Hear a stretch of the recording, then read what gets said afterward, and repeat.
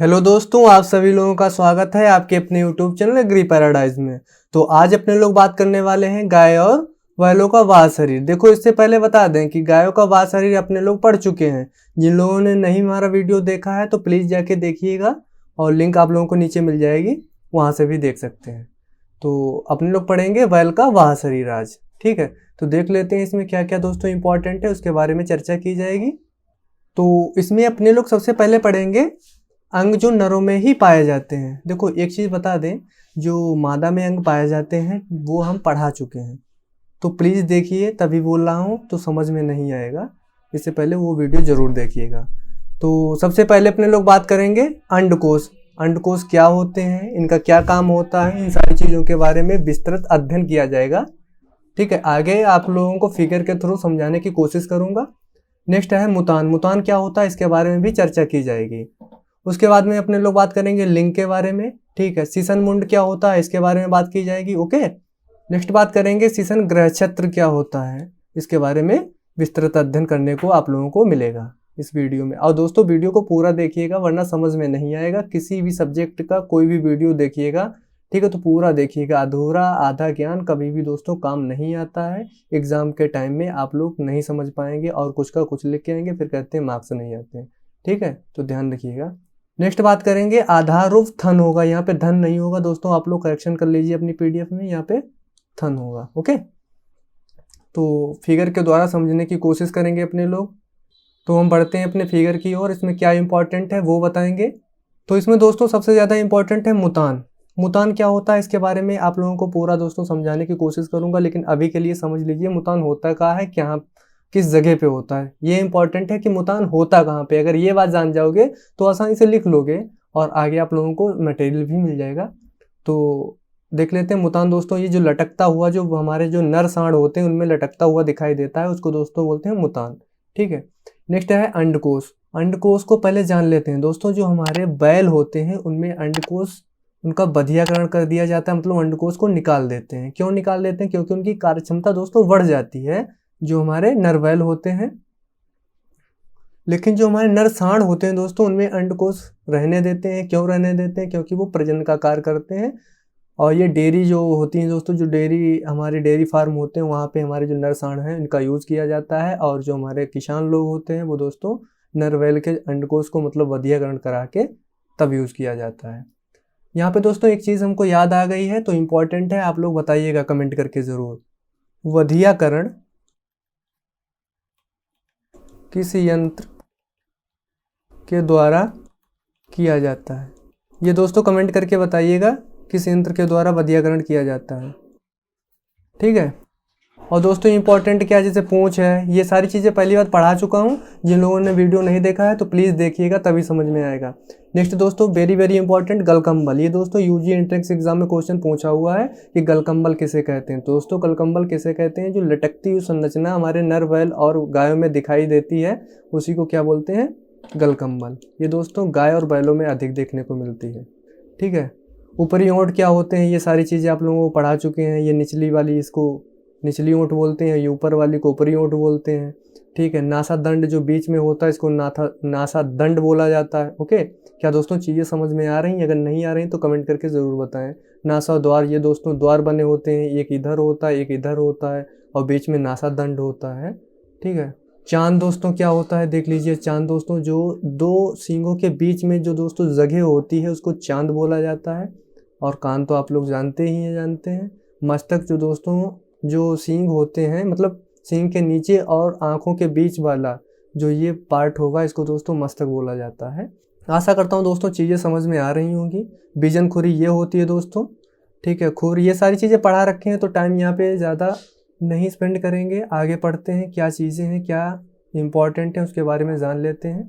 ठीक है, नेक्स्ट दोस्तों बात करते हैं गाय बैल के बाह्य शरीर का उनके शरीर क्रियात्मक कार्यों से संबंध। देखो चीज़ समझो दोस्तों, क्या शरीर है, उनकी क्या क्रिया है, किस तरीके से अपने पशु को, जब दोस्तों क्या होता है किसान लोग हमारे पशु को खरीदते हैं, ठीक है, या खरीदने जाते हैं पशुओं को, तो वहाँ पे किन किन बातों को ध्यान में रखकर उन पशुओं को खरीदना चाहिए और कौन से पशु हमारे स्वस्थ होंगे, दूध अधिक देंगे, ये सारी क्रियाओं के बारे में अध्ययन करेंगे अपने लोग विस्तृत।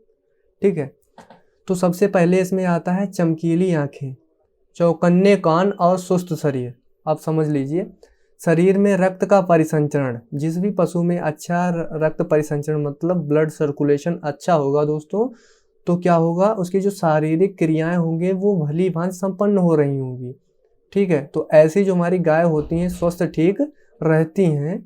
कैसी दोस्तों? स्वस्थ ठीक रहती हैं और उनका दुग्ध उत्पादन भी कैसा होता है? अधिक होता है। आशा करता हूँ दोस्तों समझ में आ रहा होगा। मैंने ज़्यादा कुछ नहीं लिखा है। क्यों दोस्तों? क्योंकि जो इम्पोर्टेंट है बातें आप लोगों को एक ही सेंटेंस में समझाने की कोशिश कर रहा हूँ। ठीक है, नेक्स्ट है बात अपने, तो इसमें नेक्स्ट अपने लोग पढ़ेंगे कि चौड़ा थूथन, सुदृढ़ जबड़े, चौड़े गाल। अब यहाँ पे समझिएगा बात को, ये पशु की खूब चबा चबा कर पर्याप्त भोजन करने की क्षमता प्रकट करते हैं। सपोज दोस्तों मानिए जिन पशुओं के जबड़े मजबूत होते हैं, वो जो उनका भोजन होता है, जो चारा होता है, आसानी से अच्छी तरीके से चबा के खाते हैं, जिससे उनका जो पाचन क्रिया होती है दोस्तों वो बहुत अच्छी तरीके से हो जाती है। तो हमारी ऐसी गाय होंगी वो भी दुग्ध उत्पादन में अधिक दूध देगी। ओके, नेक्स्ट बात कर लेते हैं अपने लोग, बड़े बड़े खुले नथुने। ये यहाँ पे दोस्तों ये मेन पॉइंट है, तो आप लोग स्टार बना के या आप अपने जो नोट्स बना रहे हैं उसमें सही कर लीजिएगा। तो यहाँ पे थोड़ा कलर नहीं लगाया गया है। ये पशु की अच्छी श्वास प्रश्वास क्रिया, अच्छे उपापचय मतलब इनका जो मेटाबॉलिज्म होता है वो बहुत अच्छी तरीके से प्रकट करते हैं। जिन पशुओं के जो नथुने होते हैं खुले प्रकार के होते हैं। क्या दोस्तों चीज़ समझ में आ रही है? ठीक है, ऐसी गायें भी हमारी कैसी होंगी? दुग्ध उत्पादन अधिक देंगी। सपोज दोस्तों मानिए कि जिस पशु के जो नथुने खुले हुआ बड़े होंगे तो उसमें जो उनकी श्वसन दर होती है, आदान प्रदान की क्रिया होती है, वो अच्छी तरीके से हो पाएगी। तो दोस्तों क्या होगा, उनका उपापचय मतलब मेटाबॉलिज्म भी अच्छी प्रकार से कार्य कर पाएगा। ओके, नेक्स्ट अपने लोग बात कर लेते हैं हल्के छोटे व गुट्ठल सींग। यहाँ पे चीज़ दोस्तों समझिएगा, जो भी हमारे पशु होते हैं जिनके कैसे होते हैं, छोटे व गुट्ठल सींग होते हैं, तो इनकी क्या विशेषता होती है, तो आप लोग अपने लोग इसके बारे में जान लेते हैं। इस प्रकार के सींग पशुओं में वांछनीय है। वांछनीय का मतलब दोस्तों होता है कि उनमें पशुओं के जो सींग होंगे वांछनीय होंगे, मतलब छोटे होंगे तो बहुत ही छोटे होंगे। क्योंकि दोस्तों ऐसे जो हमारे पशु होते हैं इनमें आरामदेह होता है। ऐसे पशुओं के जो सींग होंगे उनको दोस्तों आराम मिलेगी। और साथ ही साथ दोस्तों क्या होता है कि पशुओं अथवा परिचालकों को इनसे चोट आदि लगने का भय नहीं रहता है। देखो दोस्तों चीज़ यहाँ पे समझिएगा कि क्या होता है, जिन पशुओं के जो छोटे सींग होते हैं तो वो लड़ने लगते हैं आपस में। तो लड़ने लगते हैं उस टाइम पे दोस्तों क्या होता है, एक दूसरे को चोट भी नहीं लगेगी। और परिचालक जैसे कुछ होते हैं जो मारने के लिए दौड़ पड़ते हैं, जैसे किसान को या किसी को, जो भी हमारे किसान होते हैं तो उनको मारने के लिए दौड़ पड़ते हैं, तो उनको भी चोट नहीं लगेगी जब इनके सींग कैसे होंगे, छोटे होंगे। आशा करता हूँ दोस्तों चीज़ें समझ में आ रही होंगी। नेक्स्ट देख लेते हैं। नेक्स्ट है अपना सीधी। नेक्स्ट पॉइंट की बात करें तो सीधी सुदृढ़ पीठ और कमर। सुदृढ़ पीठ और कमर का मतलब होता है दोस्तों उनकी मजबूत कमर और सीधी पीठ होनी चाहिए। तो इसकी क्या विशेषताएं होंगी तो अध्ययन कर लेते हैं। ये इस बात का घोतक है कि पशु के आंतरिक अंग जो दोस्तों इनके इंटरनल ऑर्गन्स होते हैं वो अच्छी तरीके से अपनी कार्य कर पाएंगे, इनकी कार्य क्षमता बढ़ पाएगी। तो इन सारी चीज़ों के बारे में ये क्या करते हैं दोस्तों, प्रकट करते हैं, घोतक होते हैं। तो देख लेते हैं कि कार्य क्षमता अच्छी होगी, ऐसे पशु का दुग्ध उत्पादन भी अच्छा होगा। ठीक है, और दोस्तों पढ़ाई कर रहे हो, अगर पढ़ाई नहीं करो तो दोस्तों पढ़ाई करते रहना, क्योंकि आप लोगों के एग्जाम भी आने वाले हैं। ओके, नेक्स्ट अपने लोग दोस्तों बात कर लेते हैं समतल पुढ़े। अगर समतल पुढ़े की बात करें तो इसको इंग्लिश में रम्प्स बोलते हैं। ओके, याद रखना। यह इस बात को प्रकट करती हैं कि आयन का जुड़ा अच्छा है और भली भांति फैला हुआ है। ऐसी गायों का दुग्ध उत्पादन अच्छा होता है। देखो सपोज दोस्तों कि अगर आप लोगों ने देखा होगा आयन, तो अच्छी प्रकार से देखिएगा जिन आयनों में दोस्तों क्या स्पेस ज़्यादा होता है, थन की जो दोस्तों दूरी होती है, जैसे फिगर में देखकर कुछ समझाने की कोशिश कर रहा हूँ। मान लेते हैं ये कोई आयन है गाय का, इसमें दोस्तों थन लगे हुए हैं। ठीक है, 4 थन है, इनमें जो स्पेस होता है ये अगर अधिक है तो थन हमारा जाहिर सी बात मोटा होगा, स्पेस अच्छा होगा और अच्छी प्रकार से जुड़ाव इसका होगा। तो ये दुग्ध उत्पादन में भी हमारी गाय अच्छी होगी। ओके, नेक्स्ट बात कर लेते हैं दूर दूर स्थित जघनास्थ अग्र अपला अस्थियाँ। जघनास्थ अग्र अपला अस्थियों के बारे में अगर बात करेंगे तो दोस्तों इसके बारे में क्या कहा गया है तो देख लेते हैं। अपला अस्थियों के दूर दूर होने पर गायों की जांघें भी दूर दूर होती हैं। देखो क्या होता है दोस्तों, जैसे कोई भी हमारा पशु है, ठीक है, गाय है, मान लेते हैं कोई भी गाय है, गाय के दोस्तों क्या होते हैं जननांग, मतलब कि ऐसे दोस्तों क्या है बने हुए होते हैं, ठीक है। ऐसे मान लेते हैं इनका ये शरीर है, और शरीर में दोस्तों क्या होता है, ये टांगे होती हैं, ठीक है, ये टांगे हो गई हैं, ये मान लेते हैं 2 टांगे हैं, इनके बीच में ये जो जगह होती है, ठीक है, ये जो स्पेस होगा दोस्तों, ये अगर दूर होगा, मतलब इसके अंदर ज़्यादा स्पेस होगा, तो प्रसव के समय कठिनाई नहीं होती है। अब प्रसव के समय कठिनाई नहीं होती, ये चीज़ समझिएगा कि जब इनके अंदर दोस्तों प्रसव मतलब हीट पीरियड में आते हैं, उस टाइम पे ये मल हमारी जो गायें होती हैं वो मल डालती हैं, तो उस समय में प्रसव में इनको आसानी होती है। आयन के लिए भी ऐसी गायों का पर्याप्त स्थान होता है, ऐसी गायों का दुग्ध उत्पादन भी अच्छा होता है, और दोस्तों ये आसानी से बच्चा भी दे पाती हैं, जिनमें स्पेस ज़्यादा होता है जननांगों के बीच में, ठीक है, जिनकी जो जंघनास्थि और अपलास्थियाँ जो दूर दूर होती हैं। आशा करता हूँ दोस्तों समझ में आया होगा, और फिगर पे मत जाइएगा। नेक्स्ट अपने लोग बात कर लेते हैं चौड़ी एवं गहरी छाती पर दूर दूर कंधे, ठीक है। ऐसे जो हमारे पशु होंगे उसमें क्या विशेषता होगी, देख लेते हैं, चर्चा कर लेते हैं इस पर। पशुओं में अधिक वाछी स्थान, बड़ा दिल और फेफड़े उत्तम शारीरिक क्रियाओं और अच्छे दुग्ध उत्पादन के घोतक हैं। चीज़ समझिएगा दोस्तों, क्या कह रहा है कि पशु में अधिक अगर वाछी स्थान है, अधिक दोस्तों हैं, तो उसका दिल कैसा होगा, बड़ा होगा, ठीक है, फेफड़े भी उत्तम शारीरिक क्रियाएं अपनी कर पाएंगे, और ऐसी जो हमारी गायें होंगी वो दुग्ध उत्पादन भी अच्छा देगी। आशा करता हूँ चीज़ समझ में आई होगी, अगर नहीं आई है तो प्लीज़ कमेंट करके ज़रूर बताएं। और दोस्तों वीडियो को पूरा देखिएगा, अगर वीडियो पूरा नहीं देखोगे तो आधा अधूरा ज्ञान कभी भी किसी के काम नहीं आया है। और नोटिफिकेशन बंद कर लिया करो, जो वीडियो देखा कीजिए। नेक्स्ट अपने लोग बात कर लेते हैं चौड़ा और गहरा पेट तथा दूर दूर पर स्थित बाहर की ओर फैली हुई पसलियाँ।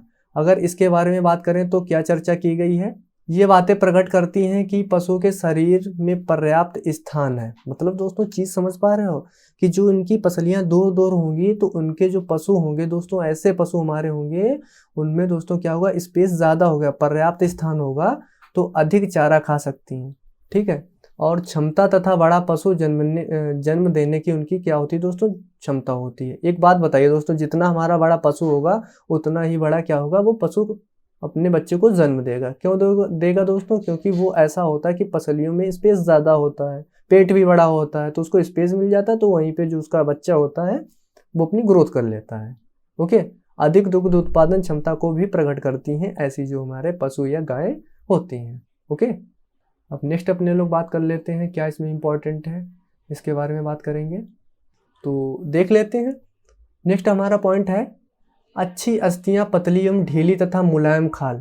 देखो अब यहाँ पे समझना दोस्तों, क्या कह रहा है कि ये बात प्रकट करती है कि पशु में मांस संग्रह करने की प्रवृत्ति का अभाव है। मतलब मांस जो संग्रह, मतलब मांस को इकट्ठा करने की इसके अंदर क्या होता है दोस्तों, क्षमता होती है, प्रवृत्ति होती है ऐसे पशुओं में, जिनकी जो खाल होती है वो मुलायम होती है और पतली होती है, ऐसे जो हमारे पशु होते हैं, ठीक है। अब आगे वो अपने लोग देखते हैं पशु के शरीर में रक्त का परिसंचरण, ब्लड सर्कुलेशन, इसके बारे में बात कर चुके हैं, जो सुचारू रूप से होता है। ऐसे जो हमारे पशु होंगे उनमें जो रक्त का परिसंचरण होता है वो अच्छी प्रकार से होता है। ऐसे भी जितने भी हमारे पशु होंगे, ये बातें दुधारू तथा अधिक कार्य क्षमता वाले पशुओं में वांछनीय और सस्ते उत्पादन की घोतक हैं। देखो यहाँ पे चीज समझिएगा, यहाँ पे गाय और बैलों की दोनों की बात की गई है कि ऐसे जो हमारे गाय और बैल होंगे जिसमें ब्लड सर्कुलेशन अच्छी प्रकार से होगा, तो वो कार्य क्षमता और दोस्तों दुग्ध उत्पादन दोनों में भी कार्य करेंगे। क्योंकि गाय हमारी जो होगी वो दुग्ध उत्पादन अच्छा करेगी, और हमारे जो बैल होंगे वो दोस्तों क्या करेंगे, कार्य क्षमता अच्छा करेंगे कृषि कार्य में, ठीक है। नेक्स्ट बात करते हैं कई मोटी मोटी तथा टेढ़ी मेढ़ी दुग्ध सिराएं और गहरे दुग्ध कूप।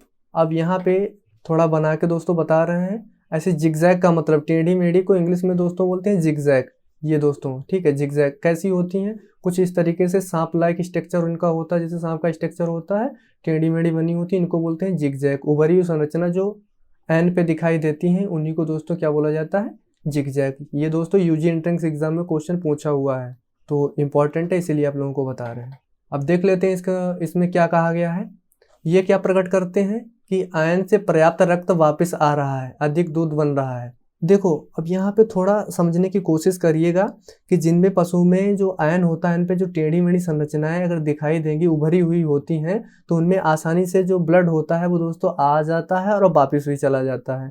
अधिक से अधिक उसमें क्या होता है दोस्तों, रक्त आ जाता है, तो इससे दूध उसमें आयन में अधिक बनता है और ऐसे हमारे जो पशु होते हैं वो दुग्ध भी अधिक देते हैं। नेक्स्ट अपने लोग बात करते हैं, नेक्स्ट पॉइंट की ओर बढ़ रहे हैं, गांठों रहित मुलायम तथा आयन। गांठों रहित मुलायम तथा आयन का मतलब होता है जिसमें दोस्तों गांठें आयन में नहीं पाई जाती हैं, ऐसा आयन होगा तो उसका क्या मुख्य इंपॉर्टेंस होगा उसके बारे में जान लेते हैं। तो कहता है यह प्रकट करता है कि आयन रोगी तंतुओं से रहित अथवा दुग्ध उत्पादन अधिक होगा। सपोज दोस्तों अगर एग्जाम्पल की बात करें तो जैसे किसी भी हमारे जानवर में क्या हो गया, थनैला हो गया, तो उसमें जाहिर सी बात है गांठ पड़ जाती है थन में और वो दुग्ध उत्पादन अच्छा नहीं देता है। तो ऐसे जो पशु हमारे होंगे तो उनमें क्या होता है दोस्तों, दुग्ध उत्पादन अच्छा नहीं होता है। और गांठों रहित मतलब गांठें जिसमें नहीं होंगी तो जाहिर सी बात उनका आयन भी मुलायम होगा और दुग्ध उत्पादन में भी अच्छे होंगे। जिन लोगों ने हमारा वीडियो दोस्तों डिजीज़ वाला नहीं देखा है, पशु में कौन कौन सी बीमारियां होती हैं, तो प्लीज़ जाके देखिएगा, तो आप लोगों को चीज़ें वहाँ से क्लियर हो जाएंगी।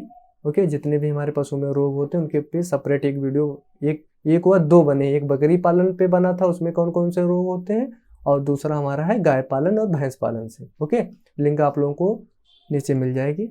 ओके, नेक्स्ट अपने लोग बात कर लेते हैं बड़ा आयन जो आगे पीछे की ओर और अगल बगल में खूब फैला हुआ होता है।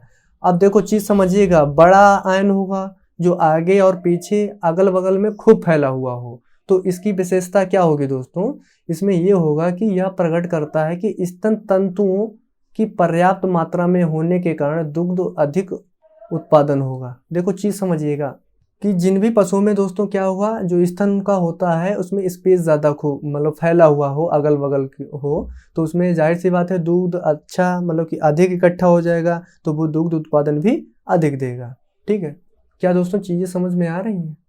अगर आ रही तो अच्छी बात, नहीं आ रही तो आप लोगों को हमारा व्हाट्सअप नंबर दिख रहा होगा, इस पर दोस्तों मैसेज करके ज़रूर बताएं अगर किसी भी चीज़ में दोस्तों आप लोगों को समस्या आ रही है तो। ओके, नेक्स्ट पॉइंट की अपने बात कर लेते हैं, चिकना तथा मुलायम सुक्ति चंच गर्त। देखो सुक्ति नहीं यहाँ पे शक्ति होगी, शक्ति चंच गर्त मतलब थोड़ा PDF में थोड़ा करेक्शन कर लीजिएगा। ओके, तो चिकना तथा मुलायम शक्ति चंच गर्त, इसका मतलब क्या होता है देख लेते हैं। यह क्या प्रकट करता है कि पशु के पिछले भाग तथा आयन में रक्त का भली प्रकार प्रसार हो रहा है। मतलब प्रकार प्रसार का मतलब है जो आयन है, ठीक है, वो दोस्तों आयन में जो पशुओं में रक्त का आदान प्रदान है वो आसानी से और दोस्तों प्रॉपर तरीके से हो पा रहा है, तो ऐसे जो हमारे पशु होंगे अधिक दुग्ध उत्पादन उनमें होगा। ठीक है, ये दोस्तों हमारा पॉइंट ही है, यहाँ पे आप लोग सही कर लीजिएगा, यहाँ पे भी थोड़ी गलती हो गई है PDF में। ठीक है, ये पॉइंट है आपका चुस्त मुतान और खिंचा हुआ अंडकोश। ठीक है, ये आपका पॉइंट है, आप लोगों को नहीं दिख पा रहा होगा तो दूसरे कलर का यूज़ कर रहे हैं। ठीक है, ये यहाँ से यहाँ तक मेन पॉइंट है आपका। ओके, तो इसमें क्या होता है दोस्तों, ऐसा जो हमारा सांड होगा, ठीक है, उसमें क्या होता है उत्तम प्रजनन शक्ति का घोतक है। देखो जिन भी हमारे पशुओं में चुस्त मुतान खींचा हुआ अंडकोश होता है, तो ऐसे हमारे पशु होते हैं वो दोस्तों प्रजनन योग्य, व उनमें अधिक शक्ति होती है, वो अधिक से अधिक पशुओं को गर्भित कर सकते हैं, जो हमारी गाय होती हैं। ओके, आशा करता हूँ समझ में आया होगा, अगर नहीं आया तो व्हाट्सएप पे बताइएगा, वहाँ से समझा दिया जाएगा। नेक्स्ट अपने लोग बात कर लेते हैं लटका हुआ मुतान तथा नाभिपट्टा और बड़ा अंडकोश। लटका हुआ मुतान, मुतान आप लोगों को बताया था कि जो हमारे पशुओं में लटकता हुआ नीचे को नजर आता है उसी को दोस्तों बोला जाता है मुतान। कुछ इस तरीके से दोस्तों होता है मुतान, ऐसे लटकता हुआ। ठीक है, ऐसे लटकता हुआ जो होता है उसको मुतान बोला जाता है। तो दोस्तों क्या होगा, ऐसे जो हमारे भारवाही पशुओं में ये लक्षण आवांछीय समझते हैं। क्यों आवांछीय समझते हैं? क्योंकि दोस्तों वो कृषि कार्य के लिए यूज किए जाते हैं। अगर वो प्रजनन करेंगे, अगर प्रजनन योग्य बनाएंगे तो दोस्तों वो प्रजनन नहीं कर पाएंगे अच्छी तरीके से, क्योंकि उनकी कार्य क्षमता क्या हो जाती है दोस्तों, अगर बधियाकरण कर दिया जाएगा तो वो कार्य क्षमता अधिक कर लेंगे, अगर बधियाकरण नहीं किया जाता है तो वो प्रजनन योग्य अच्छे होते हैं। तो दोनों चीज़ें दोस्तों समझ लीजिएगा। ओके, नेक्स्ट बात करते हैं, क्योंकि इनके कारण पशुओं की कार्य क्षमता पर प्रतिकूल प्रभाव पड़ता है। प्रतिकूल प्रभाव मतलब कार्य क्षमता वो नहीं कर पाएंगे अगर वो दोस्तों बधियाकरण का नहीं किया जाएगा तो। ठीक है, लेकिन क्या होता है दोस्तों, जो हम परंतु हमारी जो डेयरी होती हैं, ठीक है, डेयरी होती हैं, वहाँ पे क्या है, पशुओं में वांछनीय होता है। वहाँ पे क्यों किया जाता है? क्योंकि वो प्रजनन करेंगे इसलिए। ठीक है, आशा करता हूँ चीज़ समझ में आई होगी। नेक्स्ट पॉइंट की बात करते हैं, छोटी मजबूत गर्दन तथा मध्यम आकार का कुकुद, यहाँ पे कुकुद होगा, और गलकंबल। ऐसे जो हमारे पशु होते हैं उनमें क्या होता है दोस्तों, ऐसे बैल कृषि कार्य में तेज निकलते हैं। क्यों तेज निकलते हैं? सपोज दोस्तों उनकी जो गर्दन होगी वो मध्यम आकार की हो, कुकुत क्या हो, और गलकम्बल, ये दोनों दोस्तों अगर मजबूत हैं और छोटी तरीके से हैं तो उनका जो शरीर होता है वो गठीला होता है। जो ऐसे हमारे नर पशु होंगे, ठीक है, तो अधिक से अधिक वो शिकार कर पाएंगे और तेजी से करते हैं। नेक्स्ट बात कर लेते हैं ढलवा पिछली पीठ। ढलवा पिछली पीठ की अगर हम बात करें तो इसके बारे में थोड़ी चर्चा कर लेते हैं। इसमें इंपॉर्टेंस क्या है? बैलों में ढलवा पेट का होना प्रकट करता है कि ऐसे पशु कृषि कार्य के लिए गाड़ी खींचने के लिए अच्छे सिद्ध होते हैं। क्या है दोस्तों? जिनकी जो दोस्तों पीठ होती है वो कैसी होनी चाहिए? ढलवा होनी चाहिए। मतलब जैसे उनका जो शरीर हो, शरीर से दोस्तों कुछ इस तरीके से ढलवा होनी चाहिए। अब ढलवा होगी तो यहाँ पे ये इनके ऊपर अगर बैलगाड़ी हो गई या जितने भी जैसे बोगी वगैरह होती हैं, इनको दोस्तों यहाँ पे रखकर आसानी से जो हमारे पशु होंगे वो खींच पाएंगे, क्योंकि जिनकी भी पशुओं की पीठ जो ढलवा होती है वो कृषि कार्य में अच्छा खींचने का कार्य करते हैं। ठीक है, तो दोस्तों नेक्स्ट अपने पॉइंट की अगर हम बात करें तो सबल गुमची सहित सीधे हुआ मजबूत पैर। ठीक है, जिन भी पशुओं में क्या होगा दोस्तों, उनके जो मजबूत पैर होंगे, ठीक है, मजबूत पैर का मतलब समझ पा रहे हो, एकदम खींचे हुए पुष्ट पैर होंगे, तो वो क्या कर पाएंगे, वो खेत में आसानी से और बोझा भी ढोने का कार्य वो आसानी से कृषि कार्य में काम कर पाएंगे। देखो दोस्तों चीज समझिएगा, जिन भी पशुओं के कैसे पैर हों, मजबूत हों, तंदुरुस्त हों, तो वो कृषि कार्य में अच्छा प्रदर्शन करते हैं। ठीक है, अब पॉइंट देख लेते हैं क्या कह रहा है। ये गुण खेत में काम करने वाले और बोझा ढोने वाले पशुओं में वांछनीय समझते हैं। क्यों समझा जाता है? क्योंकि दोस्तों वो कृषि कार्य के लिए अच्छे प्रदर्शित कार्य अच्छा प्रदर्शित करेंगे, क्योंकि उनमें दोस्तों क्या होता है, उनके पैर मजबूत और तंदुरुस्त होते हैं। आशा करता हूँ दोस्तों चीज़ें समझ में आई होंगी। अगर किसी भी प्रकार का आप लोगों को डाउट है तो कमेंट करके ज़रूर बताएं। Thank you for watching.